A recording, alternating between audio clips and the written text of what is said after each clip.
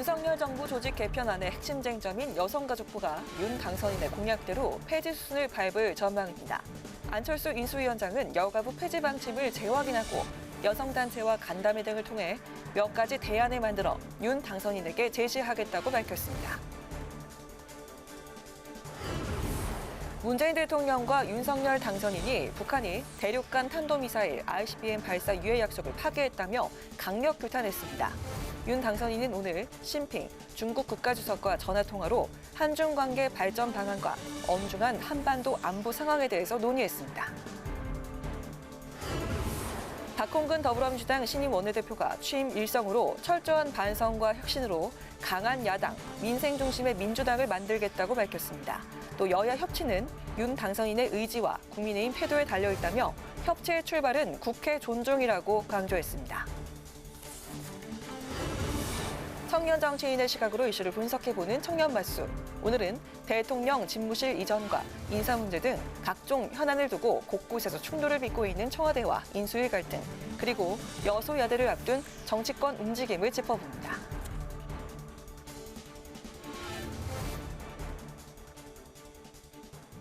여러분 안녕하십니까? 3월 25일 의정종합뉴스 뉴스엔 시작하겠습니다. 대통령직 인수위원회가 이번 주까지 대부분의 정부 부처 업무 보고를 마칩니다. 오늘은 특히 윤석열 대통령 당선인이 폐지를 공약했던 여성가족부가 인수위에 업무 보고를 했는데요. 윤 당선인에 이어 안철수 위원장도 오늘 여가부 폐지 방침을 재확인하면서 여가부는 폐지 수순을 밟을 전망입니다. 보도에 임채원 기자입니다. 윤석열 당선인이 여가부 폐지 공약 이행 의지를 재차 밝히면서 여가부 개편 방향에 관심이 쏠리고 있습니다. 안철수 인수위원장은 기자들과 만나 여가부 폐지와 관련해 최적의 선택지를 만들어 윤 당선인의 판단을 받을 것이라고 밝혔습니다. 안 위원장은 조만간 여성단체들과 간담회를 열어 의견을 청취해 국정과제에 반영한다는 계획인데 여성 정책을 소홀히 하지 않겠다는 취지로 보입니다. 인수위는 현재 여가부의 정책 기능을 다른 부처로 분산시키거나 새로운 부처로 통합하는 방안을 검토하고 있습니다. 권력형 성범죄가 발생을 했을 때 여가부가 제 기능을 제대로 하지 못했다. 따라서 새 정부는 여가부 역사적 소명을 다한 여가부를 폐지하고 그럼 그 업무를 이와 함께 인수위는 감사원과 원자력 안전위원회 등 13개 정부 부처로부터 업무 보고를 받았습니다. 특히 감사원은 정무사법행정분과 업무보고에서 문재인 대통령의 임기 말 새 감사위원 임명 제청 요구와 관련해 과거 전례에 비추어 새 정부와 협의되지 않은 제청권 행사는 부적절하다는 입장을 밝혔습니다. 과학기술교육분과의 원안위 업무보고에서는 70% 수준에 머무르고 있는 원전 가동률을 높이는 방향으로 공감대를 형성한 것으로 전해졌습니다. 다음 주부터 인수위는 본격적인 국정과제 선정 작업에 착수합니다. 신용현 대변인은 분과별 국정과제 후보안을 오는 30일까지 도출하기로 했다며 우선 추진과 중점 핵심 과제로 구분할 것이라고 설명했습니다. 100대 국정과제식으로 많은 과제를 나열하기보다는 취임 100일 내에 시작할 수 있는 우선 추진 과제, 중점 핵심 과제 등을 구분하여 국정과제가 잘 관리될 수 있도록 구성하기로 하였습니다. 인수위는 다음 달 25일까지 국정과제 최종안을 마련해 5월 2일 전체 회의에서 국정과제 확정안을 윤 당선인에게 보고한다는 계획입니다. 국회방송 임채원입니다. 북한이 어제 대륙간 탄도미사일 ICBM을 발사한 데 대해 여야 할 것 없이 일제히 규탄의 목소리를 쏟아내고 있는데요.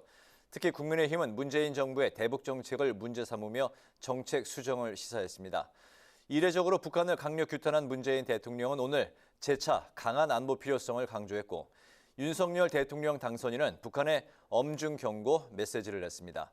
이런 가운데 윤 당선인은 시진핑 중국 국가주석과 처음으로 통화하고 현재 안보 상황에 대해 논의했습니다. 홍혜진 기자가 보도합니다. 북한의 ICBM 도발에 대해 정치권은 한 목소리로 비판했습니다. 명백한 유엔 안보리 결의 위반이며 국제사회와 약속했던 대륙간 탄도미사일 모라토리엄을 스스로 파기한 도발입니다. 국제사회의 강력한 제재 조치에도 아랑곳하지 않는 북한의 무모한 도발을 강력히 규탄합니다. 이번 발사를 김정은 국무위원장의 약속 파기로 규정한 문재인 대통령도 북한을 강력 규탄하며 안보 중요성을 거듭 강조했습니다. 특히 문 대통령은 오늘 서해 수호의 날을 맞아 자신의 SNS에 강한 안보를 통한 평화가 서해 영웅들에게 보답하는 길이라고 밝혔습니다. 윤석열 당선인도 SNS에 북한이 도발로 얻을 것은 아무것도 없다고 경고하고 대한민국은 더욱 굳건한 안보 태세로 평화를 지켜나갈 것이라고 강조했습니다. 윤 당선인은 또 시진핑 중국 국가주석과 당선 축하를 겸한 첫 통화를 했는데 북한의 ICBM 발사로 엄중해진 한반도 정세 등에 대해 의견을 나눈 것으로 알려졌습니다. 북한 도발에 대한 정치권의 시각은 이처럼 다르지 않지만 도발 원인과 해법 등을 두고는 의견이 엇갈립니다. 국민의힘은 문재인 정부의 대북 정책에서 도발 원인을 찾으며 윤석열 정부에서는 단호히 대처할 것이라며 대북 정책 전면 수정을 시사했습니다. 지난 5년간 문재인 정부는 굴종적인 대북 정책과 일방적인 대화 구걸로 북한의 배짱과 콧대만 키워줬습니다. 반면 민주당은 윤 당선인의 대통령 집무실 국방부 이전을 문제 삼으며 안보 공백을 우려했습니다. 청와대 이전에 무조건 올인할 것이 아니라 국가 안보의 공백을 먼저 생각하고 전문가의 의견과 여론을 수렴해 신중하게 추진해야 할 것입니다. 정권 2학기를 틈타 북한의 도발이 이어질 것이라는 우려가 나오면서 안보 중요성이 부각되는 시점에 집무실 이전 문제를 놓고 신구 권력 갈등까지 불거지면서 여야의 안보 이슈를 둘러싼 충돌은 당분간 불가피해 보입니다. 국회 방송 홍혜진입니다. 더불어민주당 박홍근 신임 원내대표가 당선 첫 일성으로 견제와 협력을 강조하면서 강한 야당을 만들겠다고 했습니다. 윤 당선인의 축하난을 전달하러 온 장제원 비서실장과는 미묘한 신경전도 벌어졌습니다. 강민지 기자의 보도입니다. 박홍근 신임 원내대표가 취임 후 첫 비대위에 참석해 강한 야당 기조를 재확인하며 협치 여부는 윤석열 당선인과 국민의힘 태도에 달렸다는 점을 강조했습니다. 견제와 협력은 야당의 책임과 의무입니다. 여야가 얼마만큼 협력하는가는 전적으로 윤석열 당선자의 의지와 국민의힘 태도에 달려 있습니다. 추경을 포함한 민생입법 협상을 위해 국민의힘과는 최대한 빠른 시일 내에 만나겠다며 대장동 특검과 검찰개혁 등 개혁입법 과제도 완수하겠다는 의지를 밝혔습니다. 대선에서 여야가 약속한 대장동 특검과 정치개혁 입법도 국민의힘이 한 발짝 앞으로 나오도록 설득해 가겠습니다. 윤 당선인의 축하난을 전달하러 온 장제원 비서실장과는 화기애애한 분위기 속 신경전도 이어졌습니다. 장 실장이 식사를 모시겠다는 윤 당선인의 말을 전하며 협치를 주문하자 첫 시작하는 우리 새로운 정부가 조금 일할 수 있는 그런 열심히 일할 수 있는 그런 좀 그 도움은 좀 주십사 이렇게 좀 부탁을 드렸습니다. 박 원내대표는 힘을 합쳐야 한다면서도 국회와 소통, 현직 대통령과의 격이 없는 소통도 중요하다고 뼈 있는 말을 남겼습니다. 안보와 민생에는 여야 없기 때문에 힘을 합쳐야 되고요. 그런데 그 출발은 국회를 존중하고 또 소통하는 겁니다. 오로지 그걸 가장 크게 우선적으로 이해하겠습니다. 국민의힘은 박 원내대표 선출을 축하하며 172석의 거대 야당이 될 민주당에 민생개혁 법안 처리를 위한 적극적인 협조를 요청했습니다.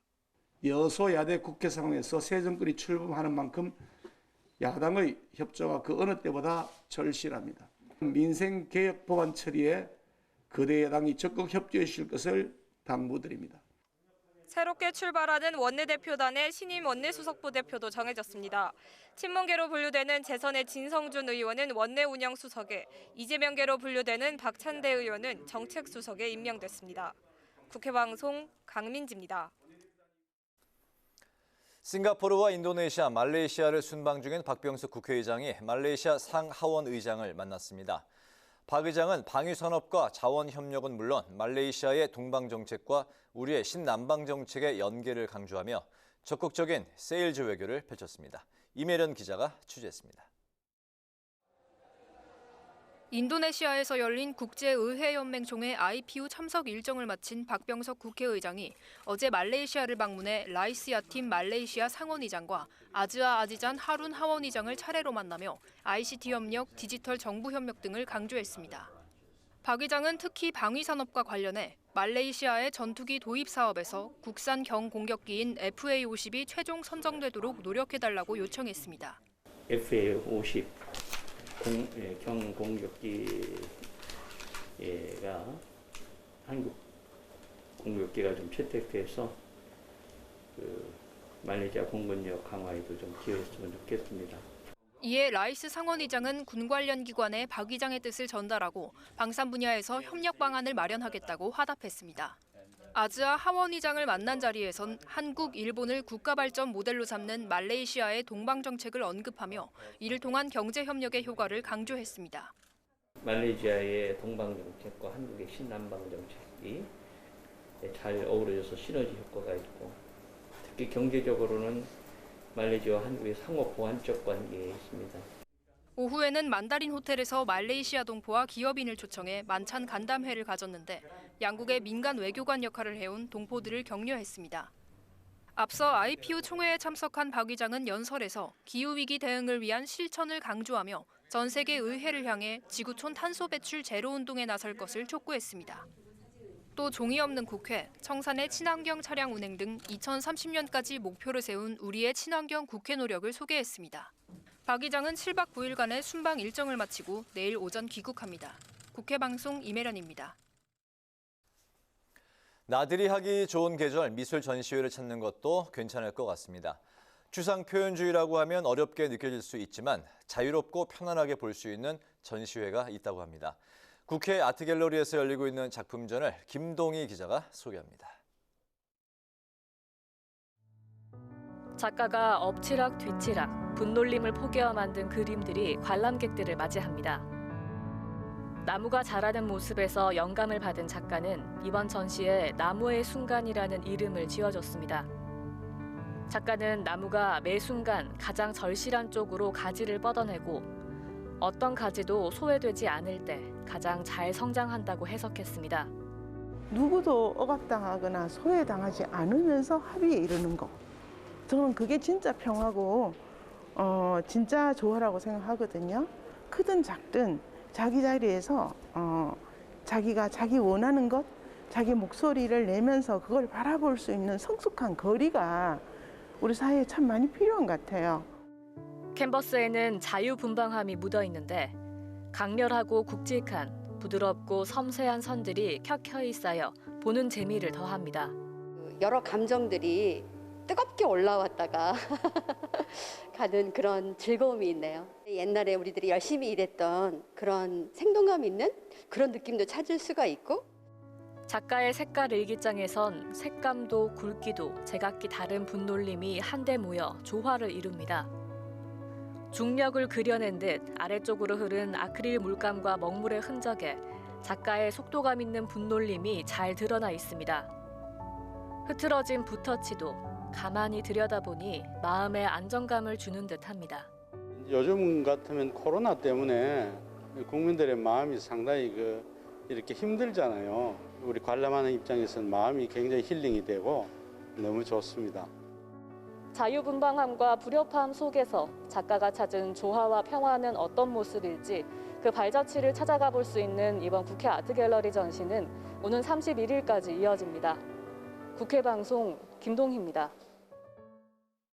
더불어민주당 윤건영 의원은 오늘 박근혜 정부에서 임명된 공공기관장 10명 중 6명 이상이 문재인 정부에서 정해진 임기를 마치고 퇴임한 것으로 조사됐다고 밝혔습니다. 이는 윤석열 대통령 당선인 측에서 문 대통령의 임기 말 인사권 행사를 알박기라고 비판한 것에 대해서 반박한 것으로 보입니다. 윤 의원은 또 황교안 전 권한대행이 임명한 인사도 62명에 달한다고 강조했습니다. 국민의힘이 오늘 노정희 중앙선거관리위원회 위원장에 대한 사퇴 촉구 결의안을 국회에 제출했습니다. 송원석 원내수석 부대표는 사전투표 준비 과정에서 선거 자체에 대한 신뢰성을 크게 상실했다는 판단에 사퇴 촉구 결의안을 제출했다고 밝혔습니다. 결의안에는 국민의힘 의원 전원이 이름을 올렸습니다. 장제원 대통령 당선인 비서실장이 자신이 차기 대통령 비서실장으로 유력화되는 일부 언론 보도에 대해서 여의도로 돌아오겠다는 생각에 변함이 없다고 일축했습니다. 장 비서실장은 오늘 국회에서 당선인 비서실장으로 지명받을 때 윤석열 당선인에게 대통령실로 모셔다 드리고 다시 돌아오겠다고 말씀드렸다며 이같이 말했습니다. 이어 자신이 좋은 대통령 비서실장 인선안을 몇 배수로 만들어 당선인께 보고드릴 예정이라고 덧붙였습니다.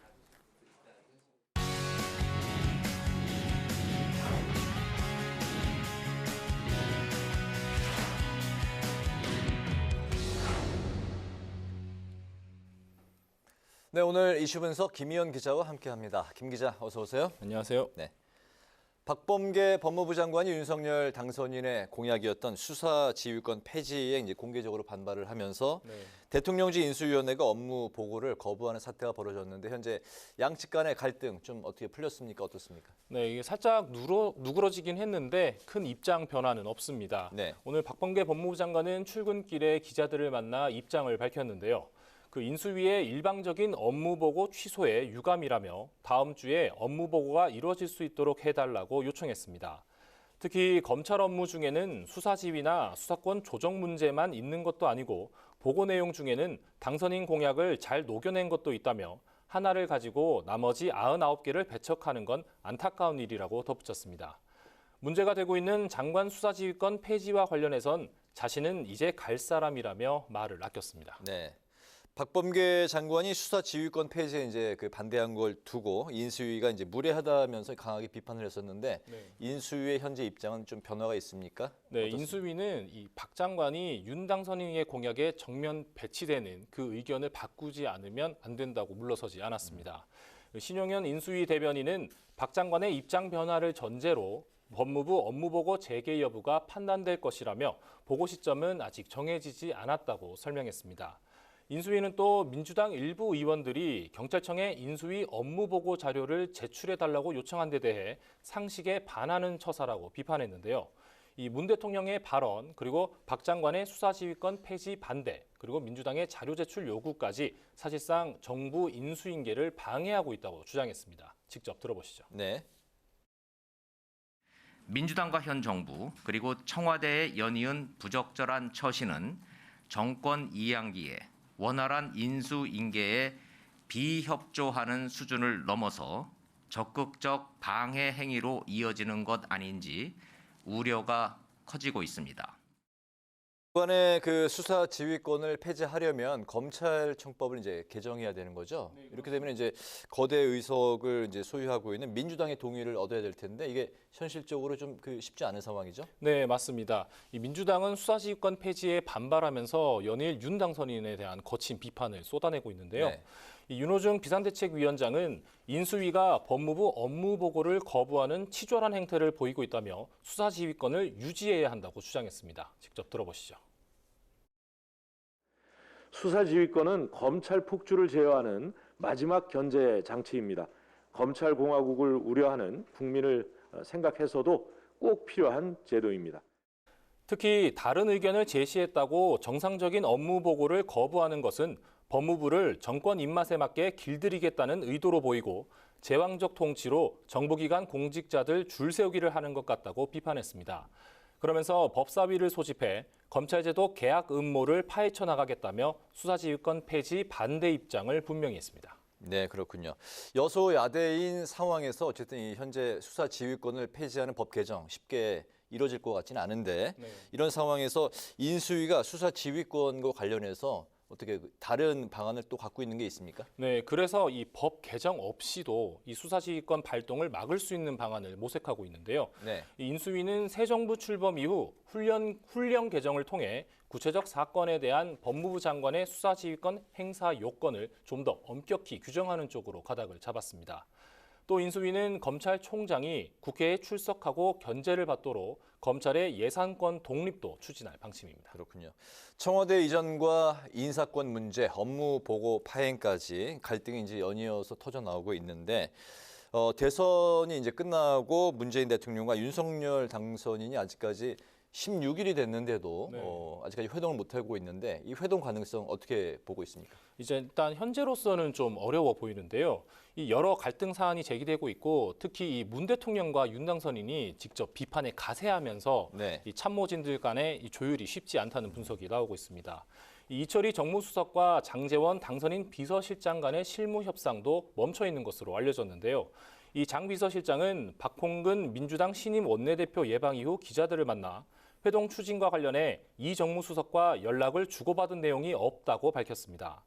또 문 대통령이 어제 다른 말은 듣지 말고 당선인이 직접 판단해달라고 언급한 것에 대해선 당선인 비서실장이 반응하는 건 적절치 않다며 말을 아꼈습니다. 다만 이 상태로 회동이 불발되는 건 양측 다 부담인데요. 이 문 대통령에게는 새 정부의 발목을 잡는다는 비판이, 윤 당선인에게는 여러 국정 과제를 앞두고 협치보다는 불통의 이미지가 생길 수 있습니다. 그래서 일단 이번 주말까지는 냉각기를 좀 갖다가 다음 주에 다시 협상을 재개하지 않을까 관측됩니다. 그렇군요. 마지막으로 국회 상황을 좀 살펴보겠습니다. 민주당이 어제 박홍근 의원을 신임 원내대표로 선출을 했는데 앞으로 향후 국회 전망 어떻게 볼 수 있습니까? 일단 가장 먼저 추경안 논의가 급물살을 탈 것으로 보입니다. 이 윤석열 당선인이 올해 2차 추경안을 공식화했고 또 박홍근 민주당 신임 원내대표도 최대한 이른 시일 내에 김기현 원내대표를 만나 추경안을 비롯한 민생입법 협상을 개시하겠다고 밝혔습니다. 다만 대장동 특검과 검찰개혁은 난항을 겪을 것으로 보이는데요. 이 대장동 특검의 경우 지난해부터 여야가 물밑 협상을 벌여왔지만 여전히 입장차가 좁혀지지 않고 있습니다. 특히 이 수사 대상을 두고 민주당은 부산저축은행 대출비리 부실 수사와 관련해 윤 당선인을 포함시켜야 한다는 입장인 반면 국민의힘은 이재명 상임고문을 겨냥하고 있습니다. 또 검찰개혁과 관련해선 민주당은 현 정부 내에 수사권과 기소권 완전 분리를 추진할 방침인데 국민의힘은 법무부 장관의 수사지휘권 폐지까지 포함해야 한다는 입장이어서 합의점을 찾기가 쉽지 않아 보입니다. 이 밖에 새 정부 출범을 앞두고 정부조직법 개편안과 국무총리 인사청문회 인준 문제도 대두될 것 같은데요. 172석을 가진 민주당이 반대할 경우 전부 다 불가능한 상황인데 정부조직법은 여가부 폐지 여부를 두고 신경전을 벌이고 있고 아직 국무총리 후보자가 지명되진 않았지만 민주당의 반발을 어느 정도 누를 수 있는 후보를 찾기가 쉽지 않아 보입니다. 여기에 새 정부 출범 이후 6일 지방선거까지 예정돼 있어 민생과 관련한 추경안을 제외하고 나머지 사안들은 시간이 걸릴 것 같습니다. 네, 이제 국회 상황도 앞으로 이제 만만치 않아 보이는데 잘 들었습니다. 오늘 이슈 분석은 여기까지 듣겠습니다. 김희영 기자 수고했습니다.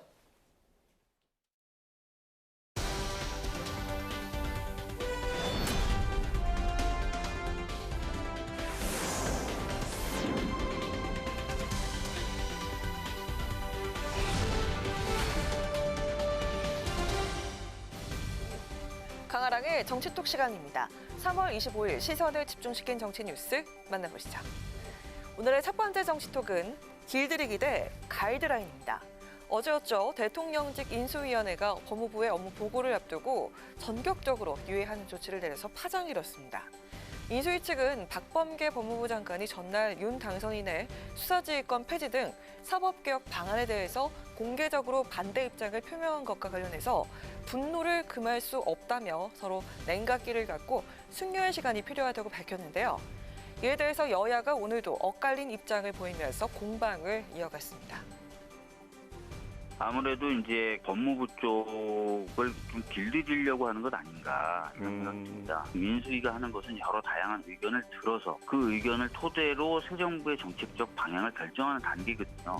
그런데 나하고 생각이 다르다고 얘기해 점령군 같은 모습 이런 것들 좀 보여주는 것 아닌가, 불통으로 가는 것 아닌가 이런 걱정이 좀 듭니다. 인수위 활동이라고 하는 것은 기본적으로 윤 당선인의 앞으로의 공약, 국정 철학을 정부 각 부처와 공유하고 어떻게 실현할 것인가 하는 그런 부분도 점검을 하는 겁니다. 그런데 이제 40여일 후면은 떠나는 박범계 장관 입장 그리고 또 부처에 남아서 앞으로 5년을 함께 해야 될 법무부 직원들, 법무부의 입장은 다를 수가 있는 겁니다. 그럼에도 불구하고 박범계 장관이 반대하는 것은 가이드라인을 주는 것이고 또 예의도 아니죠. 인수위의 업무 보고 유예 조치를 놓고 민주당 박주민 의원은 법무부 길들이다. 그리고 국민의힘 이용호 의원은 박범계 장관의 가이드라인 뗍니다.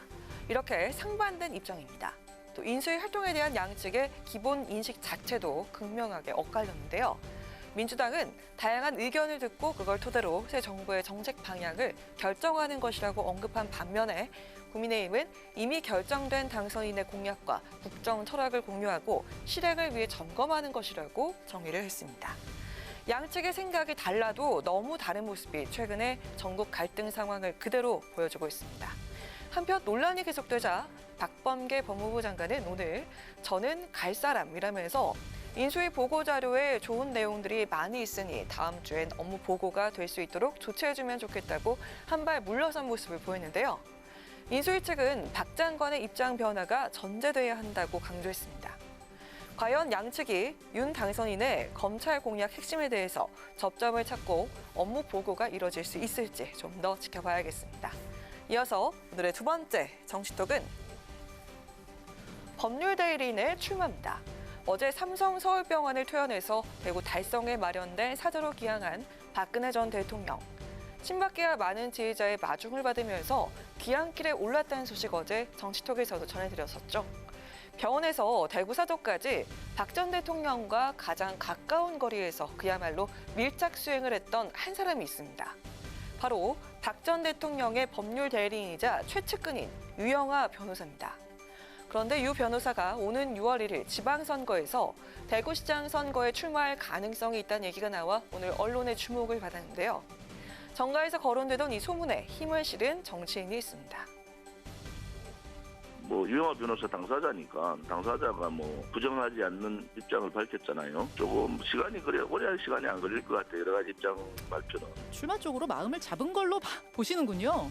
저는 그럴 가능성이 있다. 그것이 이제 본인 뜻인지 아니면 대통령 뜻인지 그 부분은 아무튼 조만간에 어떤 결과로 나올다고 이렇게 봅니다. 예. 당사자가 부정하지 않았다. 조만간 입장 발표가 있을 것이다. 강성 친박인 우리공화당 조원진 대표는 유영하 변호사의 대구시장 출마 여부에 대해서 이렇게 언급하면서 가능성에 힘을 실었습니다. 조 대표는 이어 어제 박 전 대통령이 제가 이루지 못한 꿈은 또 다른 이들의 몫이라고 생각한다. 좋은 인재들이 대구의 도약을 이루고 대한민국 발전에 기여할 수 있도록 힘을 보태겠다고 한 메시지에 대해서 본인이 직접 정치하진 않지만 여러 가지 역할을 하겠다는 뜻으로 해석하고 다가오는 지방선거에서 물밑지원 가능성을 시사했습니다. 유 변호사의 대구시장 출마설 뒤에는 간접적으로나마 박 전 대통령의 정치적인 의지가 담겨 있다는 얘기입니다. 유영하 변호사도 오늘 지역 언론과의 인터뷰에서 대구시장 출마설에 대해서 아직 결정한 건 없다면서도 고심 중이라며 여지를 남겼습니다. 유 변호사의 출마설에 긴장하고 있는 두 사람, 앞서 대구시장 출마를 선언한 홍준표 의원과 김재원 최고위원이 아닐까 싶은데요. 구치소 생활 당시 유일하게 접견을 허용했을 정도로 측근 중에 측근인 유영하 변호사를 통해서 박 전 대통령이 과연 사저 정치에 나설지 또 혼전 양상의 대구시장 선거에서 박심이 어느 정도 영향을 미칠지 관전 포인트가 아닐까요? 지금까지 강아랑의 정치톡이었습니다.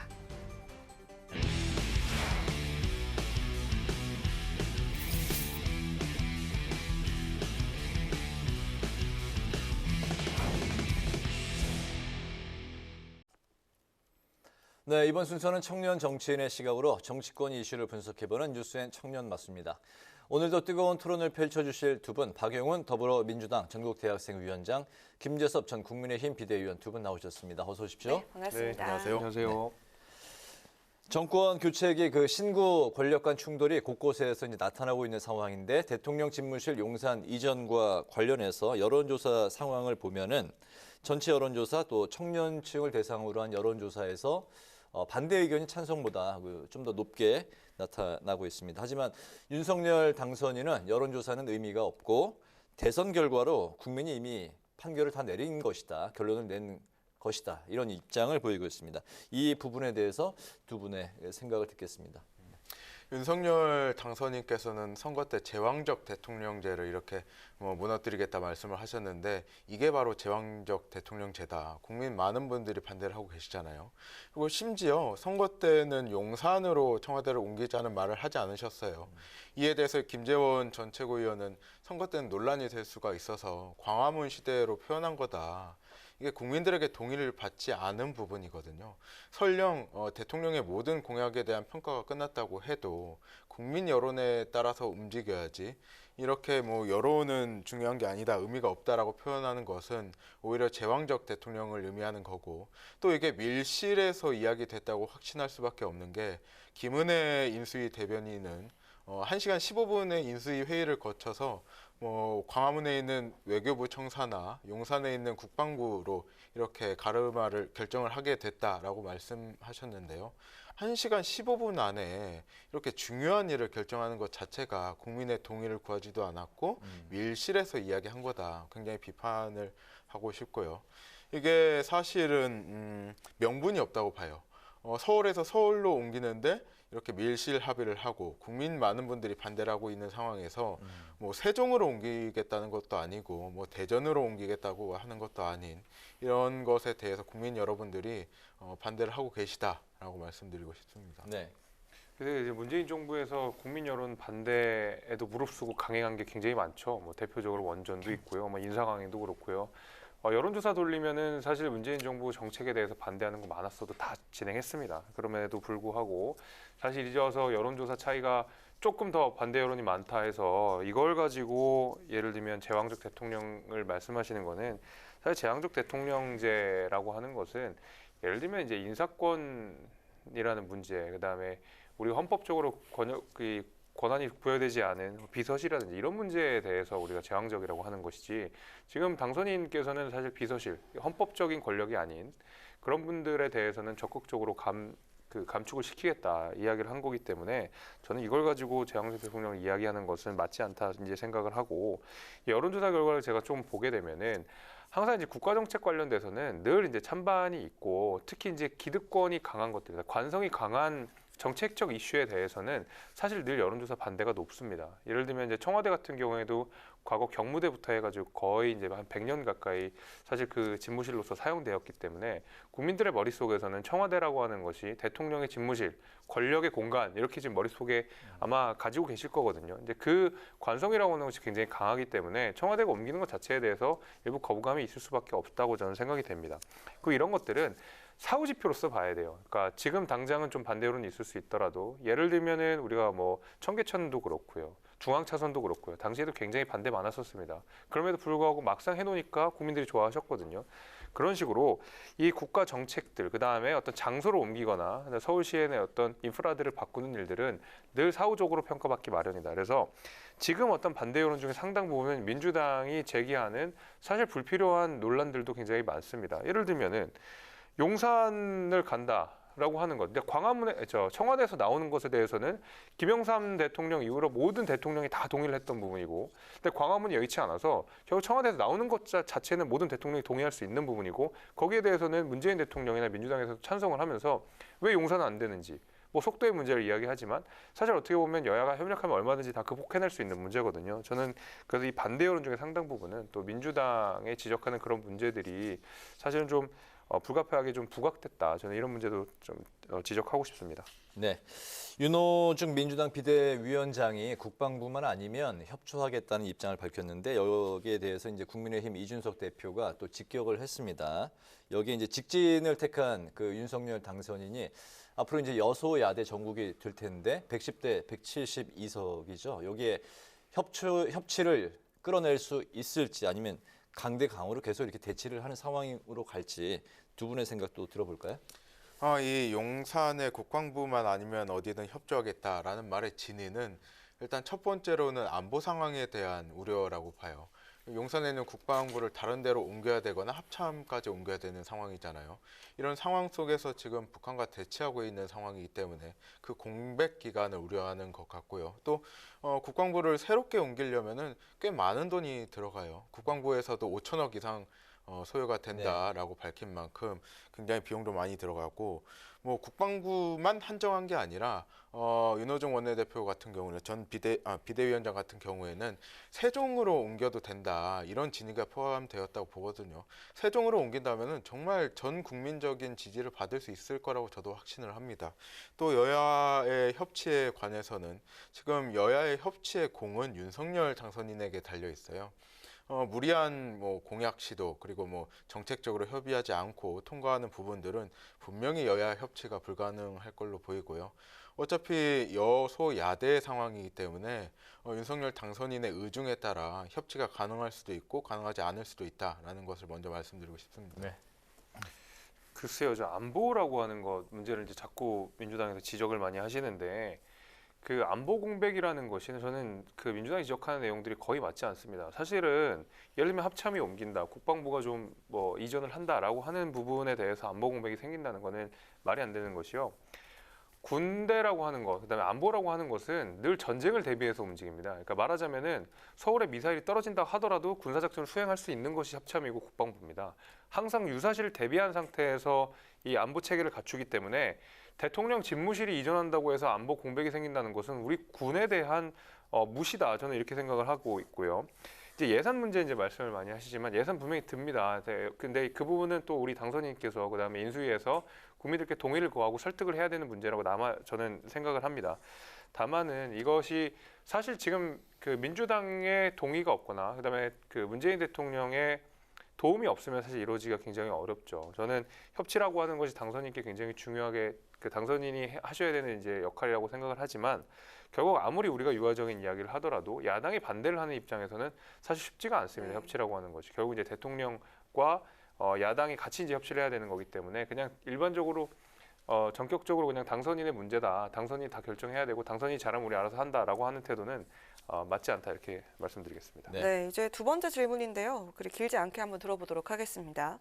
청와대와 인수위 간의 파열음이 계속되는 가운데 급기야 어제는 공방이 오고 갔습니다. 문재인 대통령은 다른 사람 말 듣지 말고 직접 판단하라 이렇게 말했고요. 윤 당선인은 문 대통령 인사에 대해서 비판을 했습니다. 이렇게 양측의 갈등이 불거진 근본 원인은 어디에 있다고 보십니까? 결국은 이제 인사권에 달려 있다고 생각합니다. 그러니까 윤석열 정부에서 발을 맞춰야 되는 사람들을 문재인 대통령이 지금 임명하는 것이 말이 되느냐 이제 이런 갈등으로 저는 시작이 됐다고 보는데 사실 지금 가장 핵심적인 우리가 인사와 관련돼서는 최근에 이제 임명 발표를 했던 한은 총재와 그 다음에 감사위원 이렇게 그 다음에 중앙선거관리위원 이렇게 한 세 파트 정도로 나눌 수가 있을 것 같은데 사실 임기가 대부분 그 대통령이랑 겹칩니다. 대통령 임기가 5년이고 나머지 4년이라든지 6년이라든지 거의 임기를 같이 하게 되거든요. 그리고 우리가 감사위원이랑 중앙선거관리위원회는 헌법기관이기 때문에 일반 공공기관이랑 애초에 성격이 다릅니다.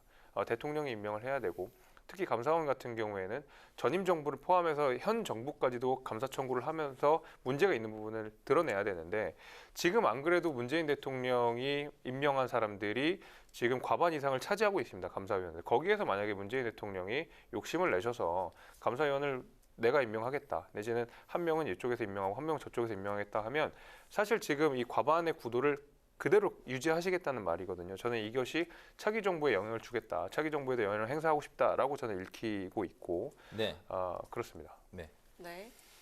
일단 두 가지 사안은 좀 따로 봐야 된다고 봐요. 문재인 대통령께서 다른 사람 말 듣지 말고 직접 판단하라라는 것은 윤석열 당선인과의 만남을 위해서 18일부터 계속 당선인과의 회동을 요청했는데 이게 주변에 있는 윤핵관이라든지 청와대 정무수석과의 만남에서 계속 틀어지고 있고 그 외의 인사들에 의해서 틀어지고 있는데 이것에 대한 우려 그리고 빨리 만나서 국민들께 통합의 메시지를 내야 된다라는 의중으로 보이고요.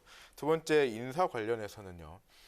과거 사례를 보면 다 그래왔어요.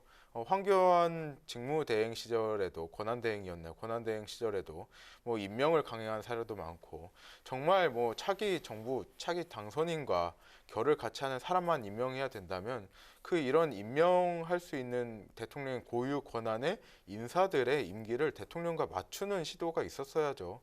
이것은 너무 억지스러운 주장이라고 생각하고 또 감사위원 말씀하셨는데 그렇다면 윤석열 당선인과 결이 같은 분들만 감사위원으로 임명할 거냐. 감사원의 본래 기능을 역행하는 이야기라고 봐요. 감사원이라는 것은 어차피 불편한 기관이라는 것이 정부 입장이기 때문에 편한 인사만 하겠다는 건가라는 생각도 들고 또 중앙선거위원도 똑같다고 저는 생각이 듭니다. 네, 알겠습니다. 어제 그 박근혜 전 대통령이 이제 퇴원을 했는데 윤석열 당선인이 조만간 찾아뵙고 인사할 생각이 있다는 입장을 이제 비쳤습니다.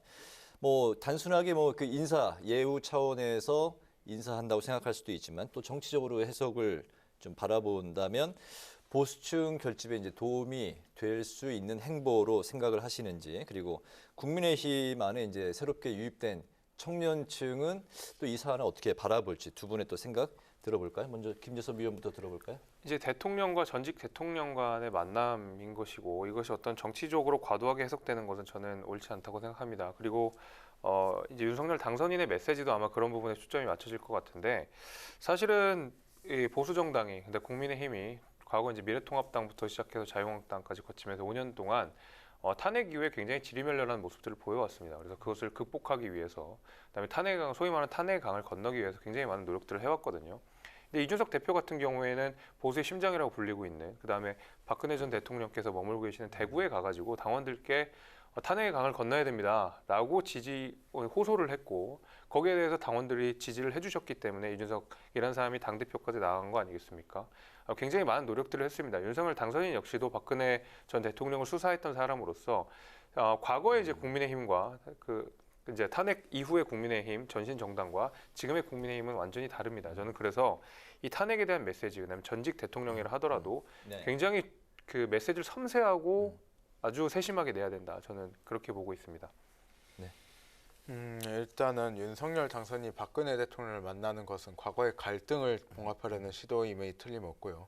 하지만 저는 문재인 대통령께서 국민 통합을 이야기하면서 박근혜 대통령을 사면한 것을 이야기하면서 또 이재명 후보, 우리 당의 이재명 후보 같은 경우에도 국민 통합을 이야기하셨어요. 민주당의 기조는 더 이상 갈등과 그런 불씨를 남기지 않고 통합하자는 이야기거든요. 그런 면에서 볼 때는 윤석열 후보도 충분히 박근혜 대통령과의 갈등을 종식시킬 수 있는 그런 행보를 보일 수 있다고 보고요.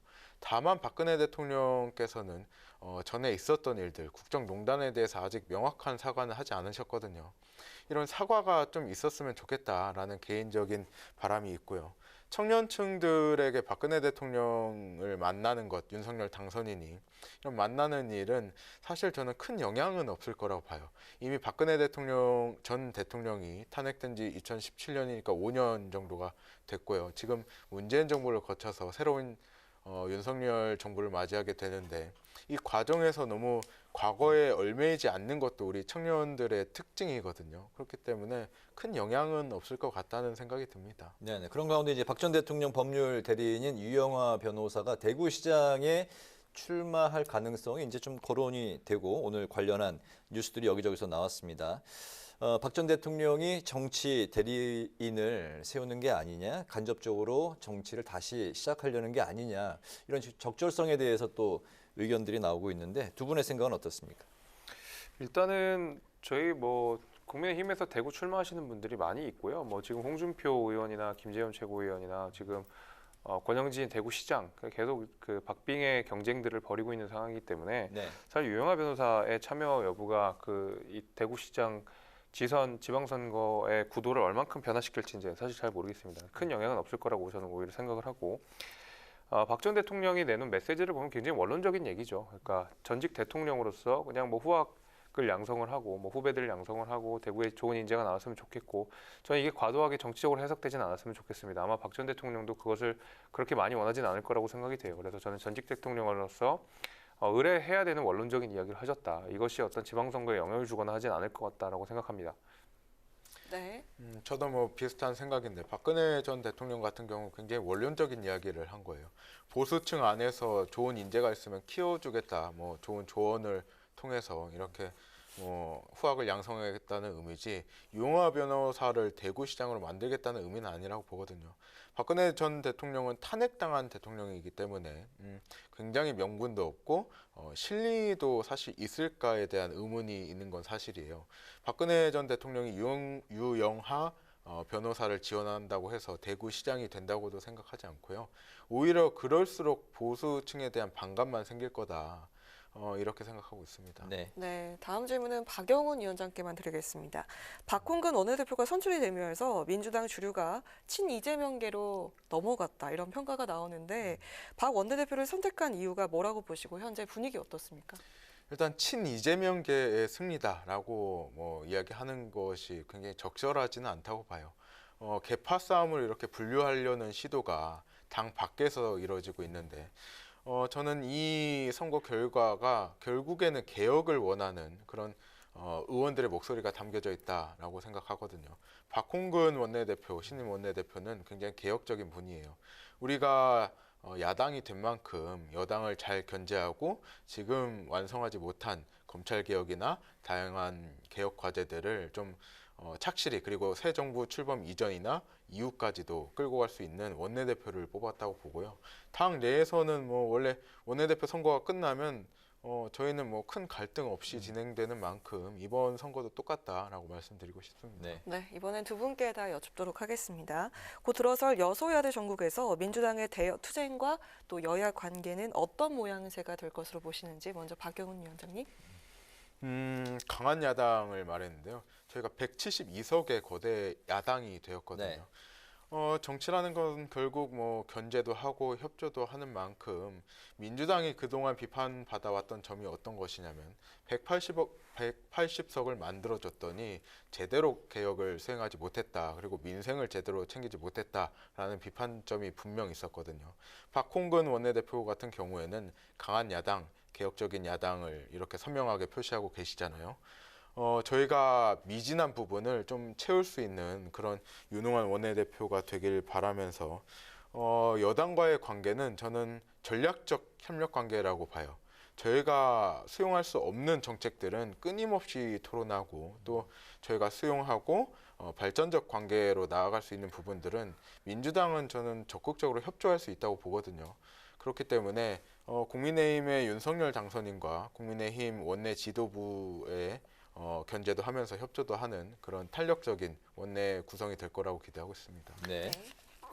그 사실 이제 여당일 때도 충분히 강하셨던 거고 생각하거든요. 그러니까 그게 이제 강하다고 평가해야 될지 아니면은 무능했다고 평가해야 될지 제가 사실 잘 모르겠는데 보면은 훨씬 더 조건은 좋았습니다. 야당이 되기 전에 여당일 때 조건이 훨씬 더 좋았던 것이 상임위원회 법사위원을 포함한 상임위원회를 독식했었고 지방 권력 전부 압승했었고 대통령도 민주당 출신이시고 문재인 대통령이시고 국회 말씀하신 대로 172석 가지고 있었고 말하자면은 권력 구조 자체가 민주당한테 너무나 유리하고 민주당이 마음을 먹으면 뭐든지 다 할 수 있는 구조였었는데 불구하고 사실 결과를 보자니 5년 만에 정권을 뺏기는 그런 결과를 낳게 됐거든요.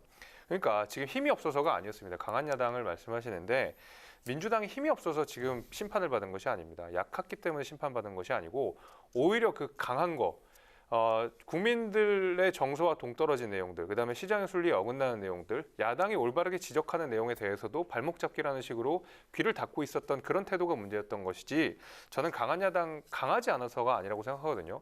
실제로 지금 민주당에서 개혁입법이라고 해서 추진했던 것을 전부 좌절되거나 아니면 통과됐던 것은 부작용들을 심각하게 낳고 있습니다. 예를 들면 임대차 3법 같은 경우에도 그랬고 부동산값 폭등을 하는데 상당 부분 기여를 했다고 지금 평가받지 않습니까? 그거 굉장히 강하게 밀어붙여서 하루 만에 통과됐거든요.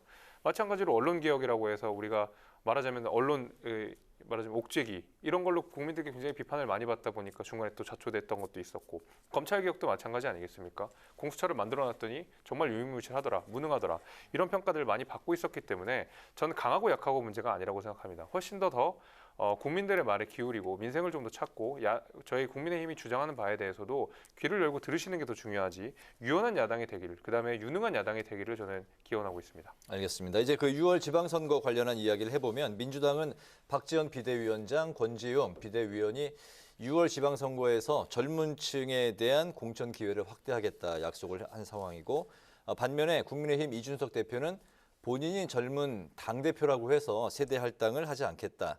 이렇게 또 공언을 했습니다. 민주당과 국민의힘 선택이 이제 각각 다르게 전략을 세우고 있는데 이 부분 어떻게 봐야 될지 먼저 두 분도 공천 혹시 포함이 될 수 있을지도 모르겠네요. 지방선거. 네. 저는 이번에 출마 안 합니다. 네. 어쨌든 그 민주당과 국민의힘의 이런 다른 전략 어떻게 보십니까? 일단 할당제에 대해서 너무 비판적인 시각을 갖고 있는 게 국민의힘인 것 같아요. 예를 들어 우리 국회 같은 경우에는요. 지역구 의원의 11% 정도가 여성 의원이에요. 국민을 닮은 국회가 가장 이상적인 국회잖아요. 그러면서 뭐 인구의 절반이 여성인데 여성 비율도 낮고 청년 비율도 굉장히 낮거든요. 이런 면에서 좀 맞춰야 되는 측면이 있다. 근데 지금 30%가 나온 근거가 뭐냐라고 묻게 된다면은 특정 성별이 50% 이상 또는 60% 이상 차지하지 못하게 하는 것이 전 국가적 그리고 세계적인 추세예요. 그렇기 때문에 그 반대급부로 30% 최소한 30% 맞춰야 된다. 우리 인구의 3분의 1이 청년이고 우리 인구의 절반이 여성이기 때문에 지금 이분들이 기초의원, 광역의원에 굉장히 낮은 수치로 들어가 계신데 이것들을 최소한 국민을 닮은 국회, 시민을 닮은 지방자치의회를 만들겠다는 의도로 만든 거지 특정 어떤 세대나 뭐 성별의 기회를 박탈하겠다는 건 아니거든요. 그런 면에서 좀 다양한 목소리가 전달될 수 있는 창구 그런 제도로 생각했으면 좋겠다는 생각을 합니다. 네. 저희는 애초에 이제 윤준석 당대표도 그렇고 윤석열 당선인도 그렇고 정말로 말하자면 이제 실력 위주의 평가를 하겠다. 왜냐하면 국민을 대표하는 기관이기도 하지만 국민들을 위해서 정말 유능한 사람들이 일을 해야 되는 것이지 누군가 배려받거나 해서 말하자면 정치인들을 위한 제도가 필요한 것이 아니라 정말 국민들을 위한 제도가 필요하다고 생각이 되거든요. 저는 그래서 아마 이제 이준석 대표께서는 그것이 이제 할당이라든지 내지는 뭐 비율을 정해서 한다든지 이런 것들이 국민들을 위해 봉사하는 데 최적합하지 않다라고 생각을 하신 것 같아요.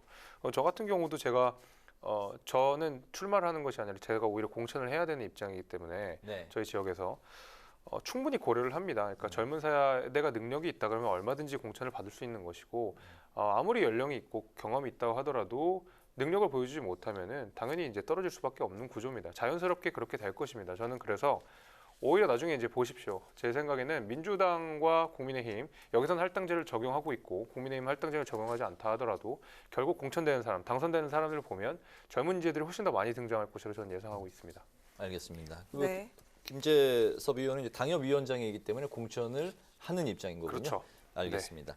오늘 그 뉴스엔 청년 마수 이제 마칠 시간인데 오늘은 청와대와 인수위 간의 갈등 그리고 정권 교체기에 여소야대 상황을 앞둔 정치권의 움직임을 살펴봤습니다. 지금까지 박영훈 더불어민주당 전국대학생위원장, 김재섭 전 국민의힘 비대위원 두 분과 함께했습니다. 오늘도 말씀 잘 들었습니다. 고맙습니다. 고맙습니다. 오늘 밤부터 전국에 많은 비가 내리겠습니다. 특히 제주도와 남해안에는 호우특보가 내려질 가능성이 있고요. 그 밖의 지역에도 최고 70mm 정도의 강한 비가 내리겠습니다. 비는 내일 오전에 대부분 그치겠지만 강원도와 충북 북부는 낮까지 이어지는 곳도 있겠습니다. 오늘 뉴스에는 여기서 마치겠습니다. 편안한 주말 보내시기 바랍니다. 시청해주신 여러분 고맙습니다.